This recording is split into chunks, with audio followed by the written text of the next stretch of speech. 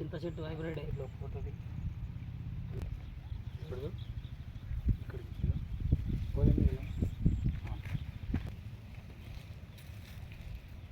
పొరం మీద కూడా ఆనగంకాయలు అవి వేస్తా. ఇక మొత్తం మీద ఆడ ఖాళీ ఉండొద్దు, అది ఇక పంట పండుతుంది అన్నారు. మనం ఎంత చేస్తే అది ఎంత గిట్లా అవుతున్నాం.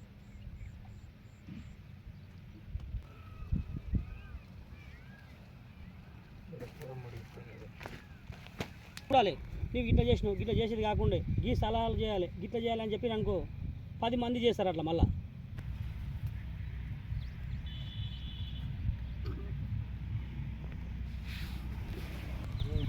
ఏం చేస్తాను అంటే ఏం చేస్తాను చెప్పు.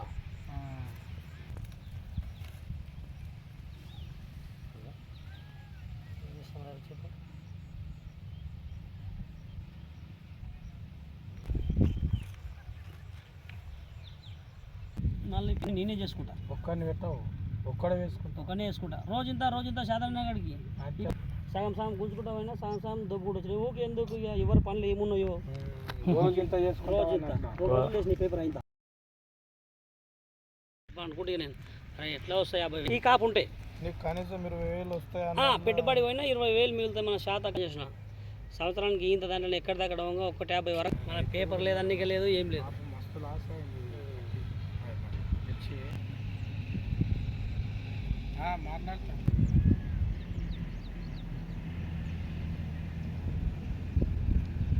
అన్నీ 2-3 మాటలు ఇంతకుముందు టమాటా విధానం ఇప్పించిన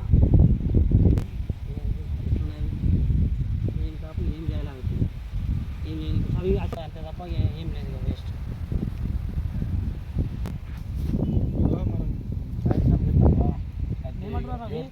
నిన్న రామలన్న వచ్చిండు ఇక్కడ. అయితే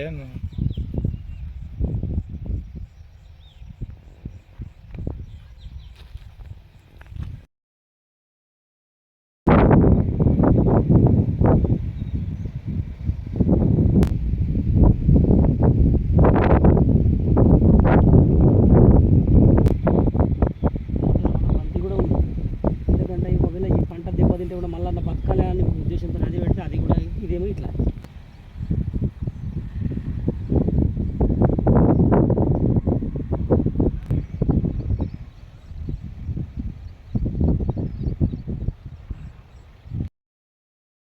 పెట్టిన పెట్టుబడి కూడా లేదు దీనికి. మల్సింగ్ కవర్కి 4,000.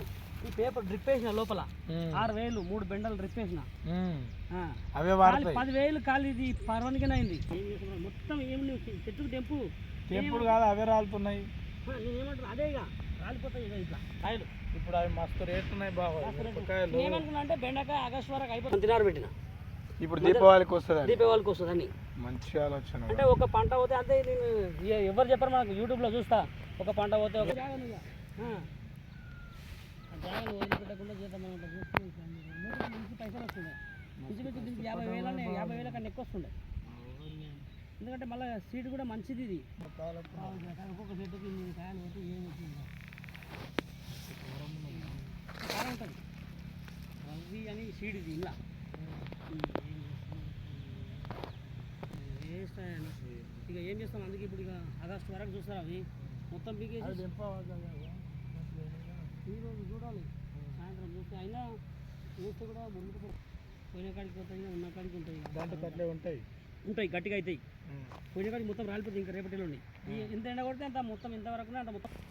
నువ్వు జర కష్టపడ్డావు అనుకో. అందుకే దాన్ని ఎప్పుడు పెట్టాలంటే నవంబర్ పెట్టాలి బెండ. నవంబర్ పెడితే నవంబర్, డిసెంబర్ లాస్ట్ ఫస్ట్కి వస్తుంది. జనవరి మంచి చలికాలం కదా, అప్పుడు మంచి రేట్ ఉంటుంది బెండకు.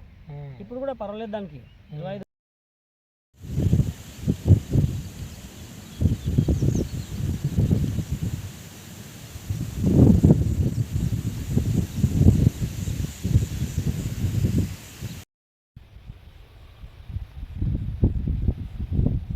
నా పేరు గురువప్ప.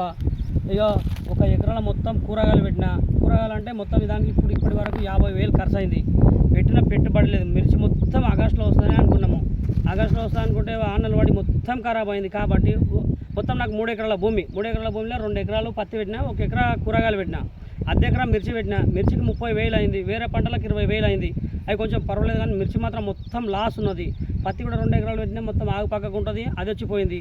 మనకు సబ్సిడీ ఇస్తాము, అది ఇస్తామంటారు. కాబట్టి మనం ఇంకొక హార్టికల్చర్ ఉండి ఒక ఉద్యాన శాఖ ఒక వ్యక్తి ఉండడానికి ఆయన సూచనల మేరకు మనకి ఏమన్నా ఇస్తే మనం బాగుపడతాం.